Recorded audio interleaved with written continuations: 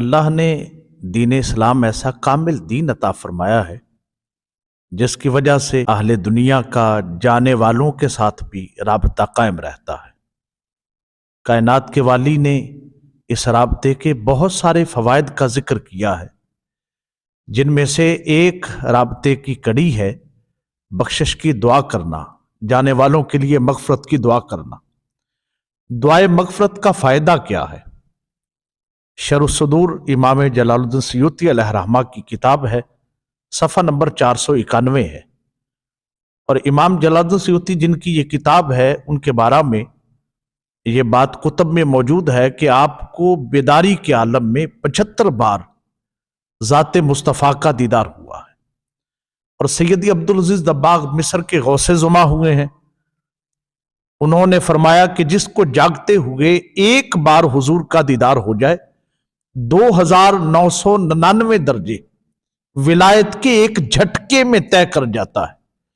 जिसे जागते हुए एक बार हुजूर का दीदार हो जाए वो 2999 दर्जे विलायत के झटके में तय कर जाए।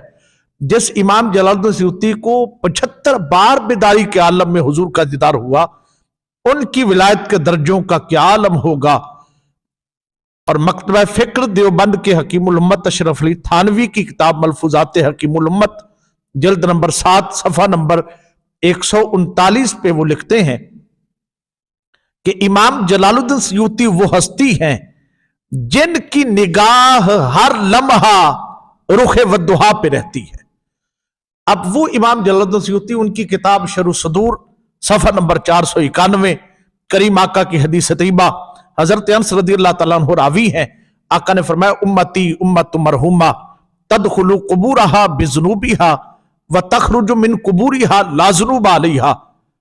आका ने फरमाया मेरी उम्मत अल्लाह की इतनी मेहरबानी की हुई उम्मत है कि मेरी उम्मत कब्रों में जाएगी, उनके नाम अमाल में बड़े गुनाह होंगे।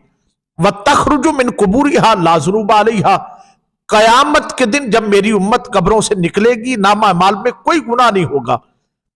पूछा गया या रसूलल्लाह वो गुनाह किधर जाएंगे? जाते हुए लेके गए थे, अब कब्र दारुल अमल तो नहीं है, वो तो दारुल जज़ा है, वहां जाके अमल मैयत ने किया नहीं है, मगर वो गुनाह किधर गए?